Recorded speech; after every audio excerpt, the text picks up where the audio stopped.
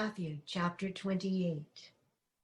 In the end of the Sabbath, as it began to dawn toward the first day of the week, came Mary Magdalene and the other Mary to see the sepulchre. And behold, there was a great earthquake, for the angel of the Lord descended from heaven and came and rolled back the stone from the door and sat upon it. His countenance was like lightning, and his raiment white as snow.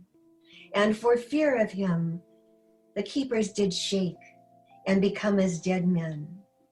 And the angel answered and said to the women, Fear not, for I know that ye seek Jesus, which was crucified. He is not here, for he is risen as he said. Come, see the place where the Lord lay, and go quickly and tell his disciples that he is risen from the dead. And behold, he goeth before you into Galilee. There shall ye see him, lo, I have told you. And they departed quickly from the sepulchre with fear and great joy, and did run to bring his disciples word.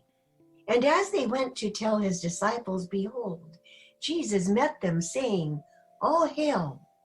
And they came and held him by the feet and worshipped him. Then said Jesus unto them, Be not afraid. Go and tell my brethren that they go into Galilee, and there shall they see me. Now when they were going, behold, some of the watch came into the city and showed the chief priests all the things that were done. And when they were assembled with the elders and had taken counsel, they gave large money unto the soldiers, saying, Say ye his disciples came by night and stole him away while we slept. And if this will come to the governor's ears, we will persuade him and secure you. So they took the money and did as they were taught, and this saying is commonly reported among the Jews until this day. Then the 11 disciples went away into Galilee, into a mountain where Jesus had appointed them. And when they saw him, they worshipped him.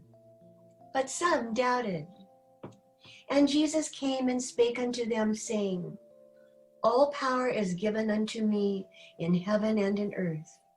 Go ye therefore and teach all nations, baptizing them in the name of the Father and of the Son and of the Holy Ghost, teaching them to observe all things whatsoever I have commanded you. And lo, I am with you always, even unto the end of the world.